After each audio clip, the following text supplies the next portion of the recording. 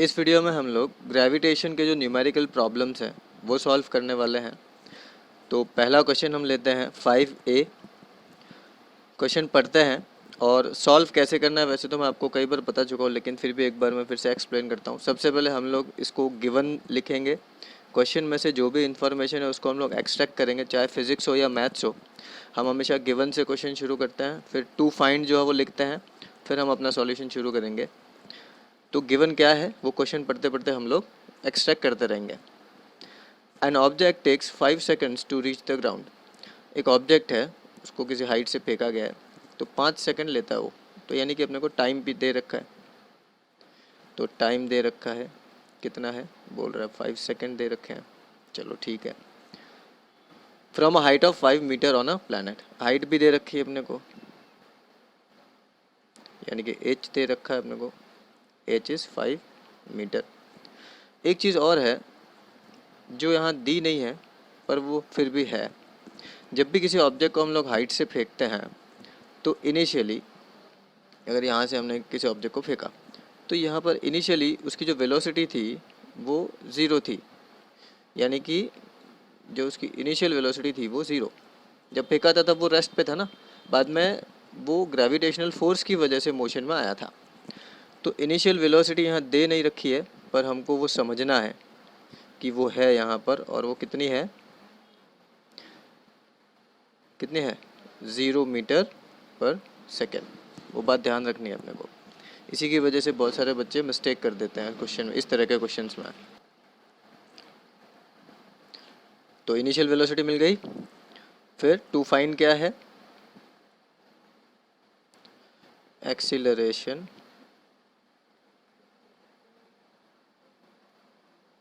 Due to gravity, जिसको हम लोग डिनोट करते हैं स्मॉल जी से, वो अपने को फाइंड करना है। अब हम हमारा सॉल्यूशन शुरू कर सकते हैं। इस फॉर्मेट में पहले इन्फॉर्मेशन को ट्रांसफ़र कर लो, फिर अपने सॉल्यूशन की तरफ जाओ, ठीक है।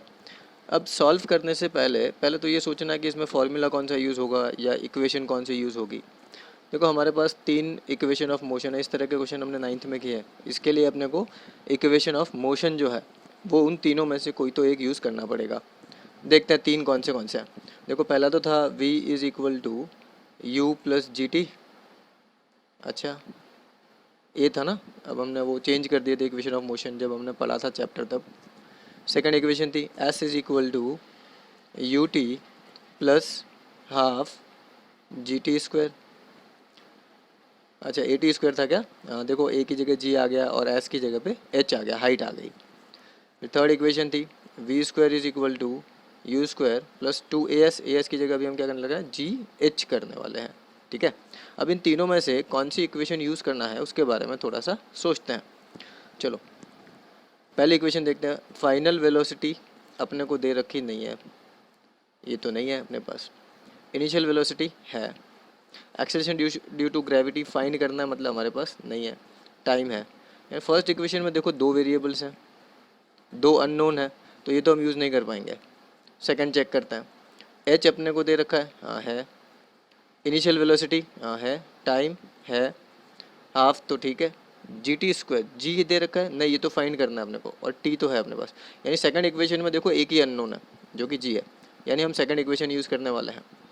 इस तरह से एनालाइज करो कि इन्फॉर्मेशन गिवन कौन सी है और अकॉर्डिंगली एक इक्वेशन चूज़ कर लो, ठीक है। अभी हम सेकंड इक्वेशन लिखते हैं, तो हम यहाँ लिख लेते हैं by second equation of motion. तो इक्वेशन लिख दो। इक्वेशन है h is equal to u t plus half g t square. अब जो भी वेरिएबल्स दे रखे हैं वो लिख लो। h कितना है 5 मीटर है अपने पास, u कितना है 0, इंटू टी कितना है 5 प्लस हाफ, इंटू जी कितना है पता नहीं, इंटू टी स्क्वायर। टी कितना है अपने पास 5 सेकंड है, तो 5 का स्क्वायर। चलो ठीक है, ये मिल गया। ये तो ज़ीरो हो जाएगा, तो 5 इज़ इक्वल टू, ये तो ज़ीरो है तो इसको लिखने की ज़रूरत नहीं, हाफ इंटू जी टी। 5 का स्क्वायर कर देते हैं, हाफ इंटू जी इंटू 25। जी को उधर रख देते हैं और इन दोनों को कॉन्स्टेंट्स को उधर भेज देते हैं। तो जी इज इक्वल टू, देखो 5 था इधर, हाफ उधर गया तो इंटू 2, और 25 इधर मल्टीप्लिकेशन में था तो इधर डिवीजन में, तो डिवाइडेड बाय 25। चलो आगे जाते हैं। ये जी है, हाँ, एक्सेलरेशन ड्यू टू ग्रेविटी। 5 1 ज़ा 5 5 ज़ा 2 डिवाइडेड बाय 5, तो जी इज इक्वल टू, लगाओ divide, 0.4 metre per second square. तो ये अपना आंसर आ गया। इस तरह से इसे सॉल्व करना है हमेशा। अच्छा ये लिख के हुआ नहीं है अभी, आगे भी एक लाइन लिख देना। क्या लिखना है? Therefore acceleration due to gravity on the planet is 0.4 metre per second square. ये फाइनल आंसर जो है इस तरह से लिख दिया करो। ये आने के बाद भी कई बच्चे ये नहीं लिखते हैं, उसकी वजह से मार्क्स कटना है, ठीक है। तो इस तरह से पूरे फॉर्मेट में उसको अच्छे से सॉल्व करो। नेक्स्ट क्वेश्चन लेते हैं 5B। आपको सॉल्यूशन का फॉर्मेट तो पता ही है। सबसे पहले गिवन क्वेश्चन पढ़ते रहते हैं। The radius of planet A is half the radius of planet B. मतलब प्लैनेट ए का जो भी रेडियस है वो बी का हाफ होगा। लिख लेते हैं इसी इंफॉर्मेशन को।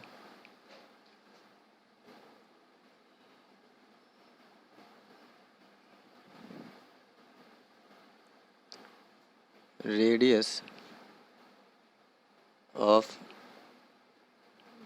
प्लैनेट ए, अब वैल्यू नहीं दे रखी तो मैं इसको आर से डिनोट करता हूँ, ठीक है। और रेडियस ऑफ प्लैनेट बी कितना होगा? अब बोल रहे देखो ए का हाफ है तो बी का ऑब्वियसली डबल होगा ना, तो मैं इसको 2r लिख सकता हूँ। 2r लिख दिया, ठीक है। आगे पढ़ते हैं। If the mass of planet A is M A, mass of planet A बोल रखा है कितना है? M A. What must be the mass of B, तो बी का मास कितना होगा in terms of planet A की कंपैरिजन में कितना होगा? क्वेश्चन ये पूछना चाहता है, ध्यान रखना। वो ये नहीं बोल रहा कि एग्जैक्टली नंबर फाइंड करके बताओ, वो बोल रहा है कि अगर ए का एम ए है तो वो उसका ट्वाइस होगा कि हाफ होगा कि कितना होगा, वो पूछ रहा है वो। So that the value of g on B is half of that is value on A. मतलब एक्सीलरेशन ड्यू टू ग्रेविटी की बात कर रहा है वो। Acceleration due to gravity on A, A पे कितना है देखते हैं। The value of g on B is half, B का हाफ है। हम ए का तो हम चलो स्मॉल जी ले लेते हैं, ठीक है। तो acceleration due to gravity on B कितना होगा? हाफ है ना, तो हाफ जी, ठीक है। तो हमने क्या किया, कंपैरिजन वाइज इनको हमने लिख दिया। जो क्वेश्चन वहाँ बोल रहा था वही हमने यहाँ भी लिखा है। चलो तो अभी आगे जाते हैं।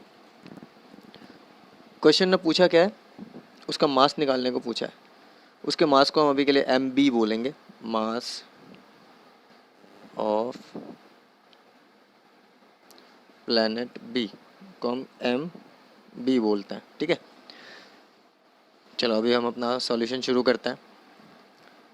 तो एक्सीलरेशन ड्यू टू ग्रेविटी का फॉर्मूला क्या है? It is gravitational constant into mass divided by r square, है ना। तो प्लैनेट ए के लिए और बी के लिए हम लोग फाइंड करते हैं। प्लैनेट ए के लिए पहले लिखते हैं, फॉर प्लैनेट ए के लिए gravitational acceleration due to gravity कितना है? जी है, तो g is equal to gravitational constant into mass of planet A लेना पड़ेगा, upon radius of planet A लेना पड़ेगा विच इज़ आर, तो आर स्क्वायर। इसको बोलते हैं इक्वेशन 1। चलो ठीक है, या फिर आर स्क्वायर को हम लोग थोड़ा इसको आगे सॉल्व कर लेते हैं। चलो इसको इसको थोड़ा सा आगे सॉल्व कर दिया जी को, तो G R square is equal to G into M A, और इसको बोलते हैं इक्वेशन 1, ठीक है। फिर प्लैनेट बी के लिए चेक करते हैं। फॉर प्लैनेट बी के लिए क्या होगा, उसका एक्सीलरेशन ड्यू टू ग्रेविटी है हाफ जी, तो half g is equal to gravitational constant तो सेम रहता है, मास ऑफ प्लैनेट बी लेना है अपॉन 2r, तो 2r का स्क्वायर, ठीक है। इसको भी थोड़ा आगे सॉल्व कर लेते हैं। तो 2r का स्क्वायर हुआ तो 4r स्क्वायर हो गया, 4r स्क्वायर को इधर भेज देते हैं, तो 4r square into half into g, ये ऐसे मैंने लिखा है, इधर डिवीजन में था तो उधर मल्टीप्लिकेशन में भेज दिया मैंने 4r स्क्वायर को, is equal to G into M b. इसको थोड़ा सॉल्व कर लेते हैं। 4 किधर से आया, 2 का स्क्वायर 4 और r का स्क्वायर r स्क्वायर, तो 2, तो ये कितना हो गया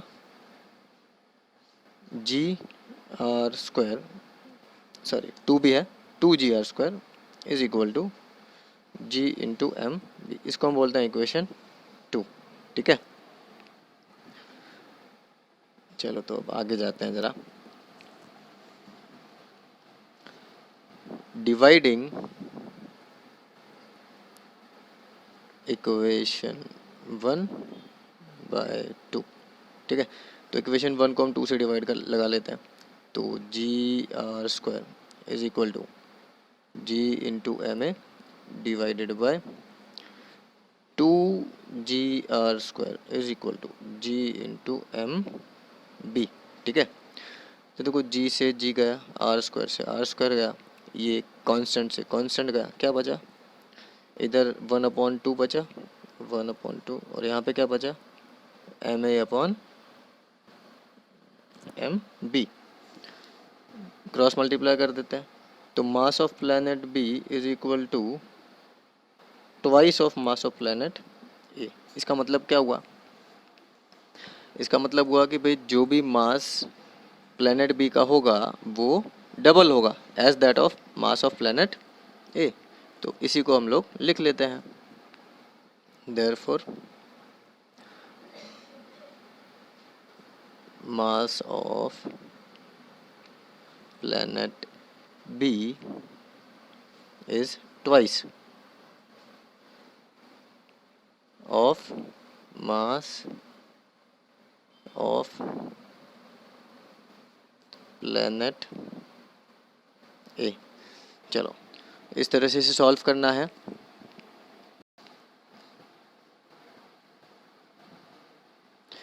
चलिए नेक्स्ट क्वेश्चन लेते हैं, question 5C।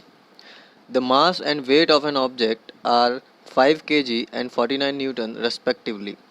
What will be their values on moon? Assume that the acceleration due to gravity on moon is 1/6 of that on earth. काफ़ी सिंपल सा क्वेश्चन है। किसके वैल्यूज पूछ रहा है, ऑब्जेक्ट का मास तो कहीं भी जाओ सेम ही रहने वाला है, तो पहला तो आंसर काफ़ी सिंपल सा हो जाएगा हमारा, that mass remains constant for a given object irrespective of the position or location. So therefore mass of the object on the moon will be 5 kg, ठीक है। तो ये तो काफ़ी सिंपल सा था, इसमें तो कुछ ज़्यादा सोचने वाली बात थी नहीं। दूसरा पार्ट जो है वो बोल रहा है कि भाई उसका वेट जो है वो मून पे कितना होगा, वो भी अपने को फाइंड करना है।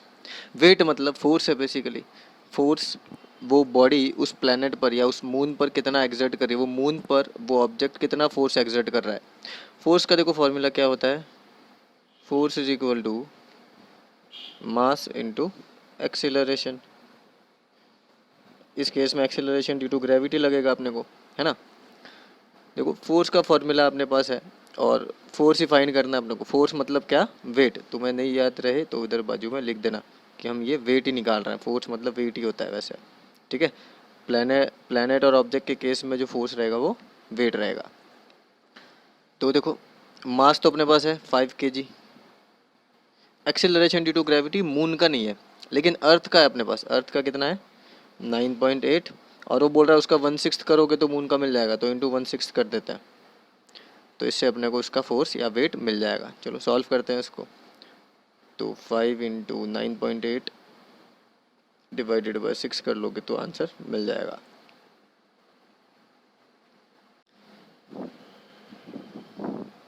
तो जब तुम डिवाइड लगाओगे तो अप्रॉक्सीमेटली तुम्हारा आंसर आएगा 8.16666 चलते जाएगा। तो इसको अपन राउंड ऑफ करके क्या कर सकते हैं 8.17 कर सकते हैं। बाद में फिर वो अपनी लाइन लिख देनी है, wait of an object on the moon is 8.17 Newton, ठीक है। चलिए तो नेक्स्ट क्वेश्चन स्टार्ट करते हैं। 5D, an object is thrown vertically upward reaches a height of 500 metre. मतलब अपने को हाइट दे रखा है, डिस्प्लेसमेंट दे रखा है, जिसको हम h से डिनोट करते हैं। It is 500 metre. What was its initial velocity. Initial velocity मतलब इसको ऊपर फेंका गया है, तो पहले तो इसको समझ लेते हैं। समझो ये अपना अर्थ है, यहाँ से इस ऑब्जेक्ट को हमने ऊपर फेंका तो ये एक सर्टन हाइट पे जाके रुक जाएगा और फिर वापस डिसेंड करेगा, यानी वापस वहाँ पे से नीचे गिरना शुरू होगा। तो इसको किस वेलोसिटी के साथ फेंका है वो अपने को पता नहीं है, यानी कि इनिशियल वेलोसिटी अपने को नहीं पता। लेकिन हमको पता है कि वो एक बार हाइट मैक्सिमम हाइट पर पहुँच के 500 मीटर हाइट तक पहुँच के उसकी वेलोसिटी ज़ीरो हो जाने वाली, वो थोड़ी देर के लिए रुक जाने वाला और फिर वापस वो नीचे आना शुरू होगा, यानी डिसेंड करना चालू करेगा। तो फाइनल वेलोसिटी अपने को पता है। फाइनल वेलोसिटी जो है वो कितनी है v, वो अपने को पता है 0 metre per second.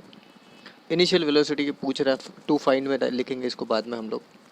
How long will the object take to come back to the ground, वो ग्राउंड पे आने के लिए कितना टाइम लगेगा, तो ये टाइम भी पूछ रहा है अपने को। और जी अपने को दे रखा है, यानी एक्सीलरेशन जो है वो अपने को दे रखा है। Acceleration is that is g 10 metre per second square. ये इसने ऑलरेडी दे रखा है क्वेश्चन में। टू फाइंड क्या है, अपने को क्या क्या निकालना है। तो एक तो बोल रहा है भाई इनिशियल वेलोसिटी निकालनी है अपने को,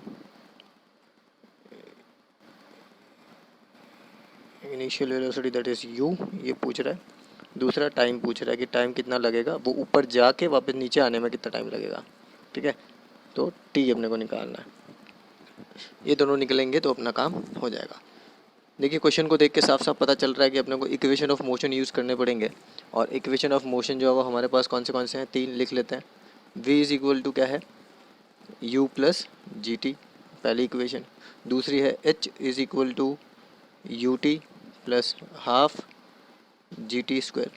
और तीसरी है v square is equal to u square plus 2g's। Same जैसे हम पहले एनालाइज करते थे वैसे अभी एनालाइज करते हैं और देखते हैं कि यहाँ पर कौन सी इक्वेशन से हम लोग इसको सॉल्व कर सकते हैं। फाइनल वेलोसिटी हमारे पास है, हाँ है। इनिशियल वेलोसिटी नहीं है, एक्सीलरेशन है, टाइम भी नहीं है। दो अननोन है तो हम फर्स्ट वाले इक्वेशन को यूज़ नहीं कर पाएंगे अभी के लिए। सेकेंड इक्वेशन देखते हैं। हाइट हमारे पास है, इनिशियल वेलोसिटी है क्या हमारे पास, नहीं है, टाइम भी नहीं है, एक्सेलरेशन है, टाइम नहीं है। तो अगेन दो अननोन है तो सेकंड वाली इक्वेशन भी हम लोग यूज़ नहीं करेंगे। थर्ड चेक करते हैं। फाइनल वेलोसिटी है, इनिशियल वेलोसिटी नहीं है, एक्सेलरेशन है और डिस्प्लेसमेंट यानी कि हाइट भी है अपने पास। यानी हम थर्ड इक्वेशन से शुरू करेंगे अपने क्वेश्चन को अब की बार, ठीक है। अच्छा एक और बात, जब भी हम लोग असेंडिंग ऑर्डर में जा रहे हैं, हम लोग ऑब्जेक्ट को ऊपर की तरफ भेज रहे हैं। जब ऑब्जेक्ट जो है वो असेंड कर रहा है, असेंड यानी ऊपर जा रहा है, तब एक्सीलरेशन जो है वो नेगेटिव होने वाला है, ये बात ध्यान रखनी, ठीक है। तो हम अपने केस में यहाँ पर नेगेटिव एक्सीलरेशन लेंगे जब भी सॉल्व करेंगे तब, ठीक है। क्योंकि ऑब्जेक्ट असेंड कर रहा था, ऊपर की तरफ जा रहा था और फोर्स जो वो नीचे की तरफ लग रहा है, तो फोर्स अपोजिट डायरेक्शन में है, तो इसलिए जो एक्सीलरेशन होगा वो नेगेटिव लेना है। तो by third equation of motion so by third equation of motion, क्या बोलता है इक्वेशन कि भाई v square is equal to u square plus 2GH, s की जगह हम एच लिखने वाले, आपका डिस्प्लेसमेंट जो है हाइट से रिप्लेस हो जाएगा। वी स्क्वायर यानी कि 0 का स्क्वायर, यू स्क्वायर नहीं पता अपने को, यू प्लस 2 इंटू जी 10, पर अब की बार -10 लेना है अपने को, इंटू एच कितना है 500। चलो सॉल्व करते हैं इसको। इधर तो 0 ही है, 0 का स्क्वायर 0 होता है, यू स्क्वायर। अब ये माइनस है तो मैं इन सबको मल्टीप्लाई करूँगा तो जो अपना वैल्यू आएगा वो माइनस में आएगा, तो ये प्लस को अभी से माइनस कर देता, तो -2 इंटू 10 इंटू 500, तो 5 2 10 होता है, तो 10,000 आएगा। ठीक है, चलो आगे जाते हैं। अब ये 10,000 जितना माइनस का है वहाँ पे जाएगा, साइड चेंज करेंगे तो प्लस का हो जाएगा, तो u square is equal to plus 10,000, तो u is equal to root of 10,000, और रूट ऑफ 10,000 कितना आता है भाई 100 आता है, और ये वेलोसिटी है मतलब मीटर पर सेकंड, तो अपने को इनिशियल वेलोसिटी मिल गई 100 मीटर पर सेकंड। और भी इसने पूछा है कि भाई टाइम कितना लेगा। अब हमारे पास इनिशियल वेलोसिटी है तो ऐसी कोई इक्वेशन ढूंढो जिसमें टाइम भी आ जाए, तो देखो फाइनल है, इनिशियल है, एक्सेलरेशन है, तो टाइम मिल जाएगा। तो अभी हम इक्वेशन फर्स्ट भी यूज़ कर सकते हैं, सेकंड भी यूज़ कर सकते हैं, पर हम फर्स्ट से करेंगे इजी वाला। ठीक है, तो v is equal to u plus g t लिख देते हैं यहाँ पे, by first equation of motion, by first equation of motion. Motion का फर्स्ट इक्वेशन से हम लोग अभी सॉल्व कर रहे हैं। फाइनल वेलोसिटी अपने पास है 0, यू कितना है अभी आया 100, प्लस जी कितना है -10 लेना अपने को पता है ना, इनटू टाइम कितना है, टाइम पता नहीं है, टाइम तो निकाल रहे हैं हम लोग। सॉल्व करते हैं इसको, तो ये 100 यहाँ पे प्लस में तो वहाँ जाएगा तो माइनस में हो जाएगा, तो यहाँ पर -10t हो जाएगा, -10t इज इक्वल टू -100। ये 10 को उधर भेज देते हैं, इधर मल्टीप्लिकेशन में उधर डिवीजन में चला जाएगा, तो t is equal to -100 upon -10, minus से माइनस कट जाएगा, आंसर पॉजिटिव आएगा, पॉजिटिव 10 सेकेंड्स। यानी कि पत्थर को जब हमने फेंका था तो यहाँ से ऊपर जाने टाइम पे उसको 10 सेकेंड्स लगेगा। एक बात ध्यान रखना, जितना टाइम जाने को लगा उतना ही टाइम उसको आने को भी लगेगा। यानी कि क्वेश्चन ने इसने हाइट तक पहुंचने का टाइम नहीं पूछा, उसने बोला जाके आने में, यानी 10 + 10 20 सेकेंड्स लगेंगे उसको। ठीक है, सो अब हम अपना आंसर लिख लेते हैं। So therefore the initial velocity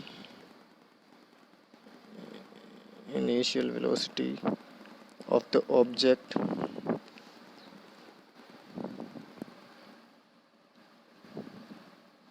is 100 meter per second and time taken